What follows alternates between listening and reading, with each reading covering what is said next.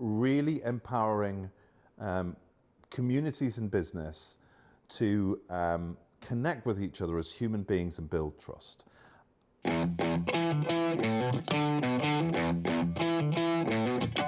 Matthew, it's good to see you again. I'm very pleased to be here now, loving the new studio.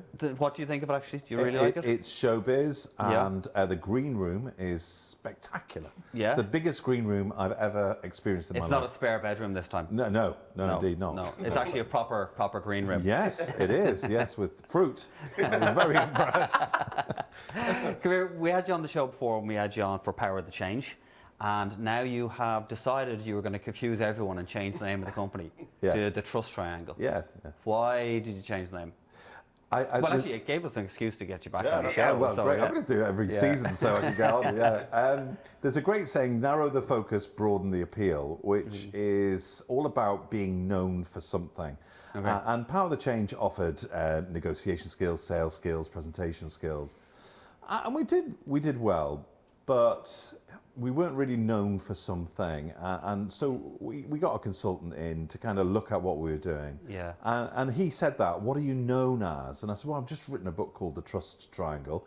He went, oh, I like that. He said, you could be the trust guy. I went, well, funnily enough, I've just nicked those handles for Twitter and Instagram. And had you actually just done that? I have just done that, yeah. Okay. So now we've got thetrusttriangle.com. The book will be coming out in the next couple of months. What's the book about? It's all about managing humans. 70% of professionals don't trust their managers. And when you talk to HR directors about that figure, you go, what do you think the percentage is? And they go, 80, 70, 60, nobody goes 5 or 10%, right? So we all know. So it's all high. Yeah, high everybody goes, yeah, it's a terrible problem. Anyway, let's do something else. And it's like, well, if you want to know where there's friction in the business, this is the place. You know, Gallup talk about a 70% variance in engagement due to managers. And Engage for Success says that a high engaging company can have profits of more than 30% more than those with employees with low engagement. Wow. So the commercial case is really clear. And yet it's something that we don't focus on. I mean, imagine if only 30% of the computers worked, right? Yeah. And most of them needed a software update. The keyboard stuck and the screen flickered. There'd be an uproar.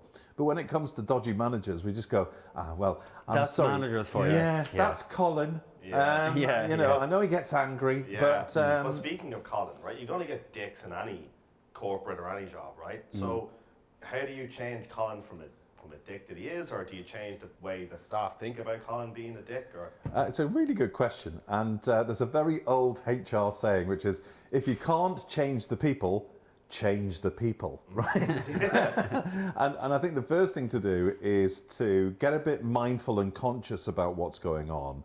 Let's understand what's acceptable behavior and let's understand what isn't. And I mean, like what happened a couple of years ago at Uber and what's happening in many other companies, it's now clear that the majority of the workforce do not accept dickish behavior anymore. Yeah, it's just not cool. And well, if it's the big problem, right? And people kind of go, that, as I said, that's Colin, right? Is that good or bad for you? Do they want to fix it? Because like, if they're saying no, but honestly, if they're saying that's just whatever, will they bring someone in like you to help out?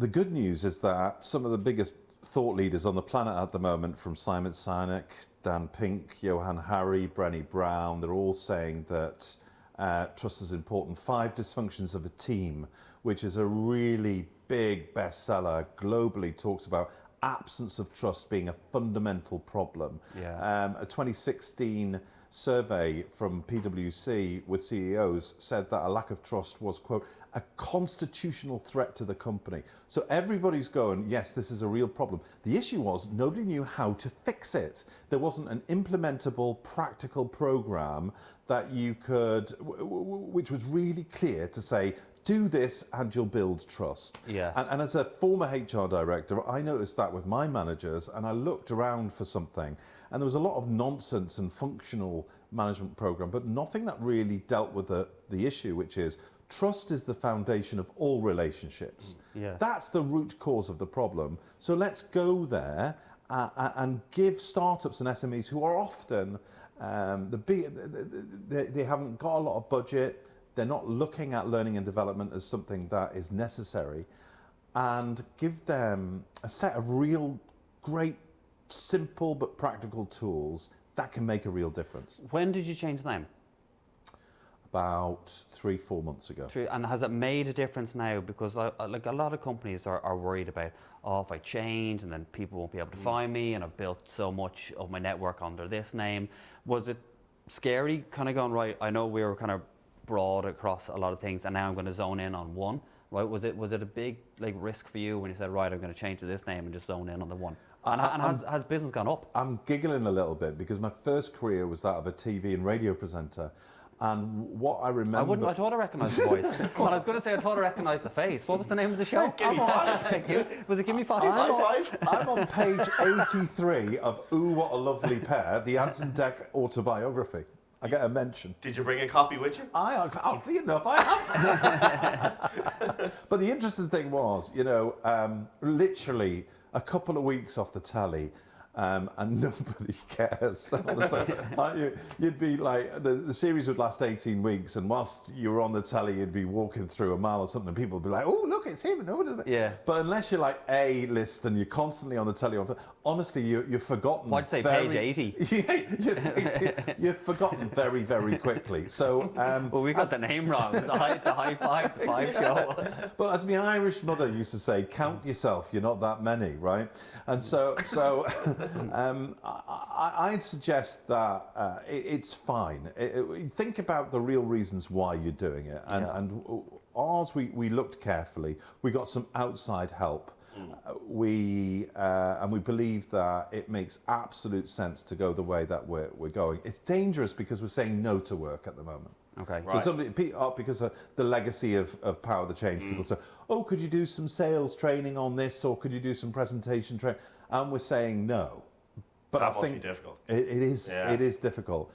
But there's a sales guy called Keenan on LinkedIn. He's nuts, American guy, but he says, you want to be in the business of winning sales, not trying not to lose sales. Yeah, okay? I get you. Yeah. And so I'm in the business of like really empowering communities in business to connect with each other as human beings and build trust.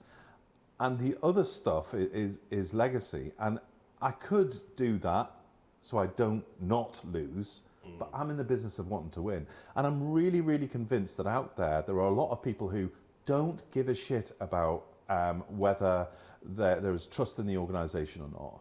But there is a significant amount of people who absolutely are completely convinced by the stats. They know it fundamentally to be true, and they're my tribe, and they're the people that I want to work with. Could you, just for people watching, right? Could you give something away, one thing for free, right? Nothing's for free. Yeah, but if there is an organisation watching, and what is a practical way of, is it, a staff falls backwards and the manager catches them, what way do we build trust here? All right, I'll just, the trust triangle very quickly. There's 3 domains: expertise, empathy, and energy. And let's have a look at the expertise domain. One of the disciplines is setting clear expectations, which sounds really obvious, okay? But people don't use, say, SMART goals. So they just come up with a sentence and think that people understand what that means.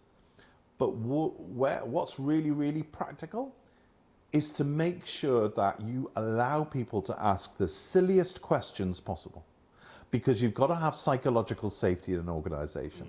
People will say, if it doesn't feel safe, they'll go, John, I'd like you to do ABC, please. And do you understand that, John? And John will go, yes, but he doesn't understand it, and he comes back with D, E, F. And then the leader goes, you're stupid, you're incompetent, he's rubbish, that John character. But the truth is this manager has not created psychological safety, so when he's setting expectations, nobody either challenges, seeks to understand what it really, really means, and then all those things happen, i.e. those expectations aren't met. So psychological safety is hugely important. And one way of doing that is absolutely celebrating silly questions. Where can people find out more about you if they want to? They can find out more at thetrusttriangle.com. And where can they find you on page 80? 3. 83. Oh, 83. Not even 80. It's way further on. That's only my name. Yeah, well, look, Matt, we're not going to leave it until you do another name change to come back on the show. So hopefully we see you again soon. Hey, guys, I'm loving the show, and I'm really, really honoured to be part of this experience. Thank you very much for inviting me. Thanks for Thanks coming a back million. on.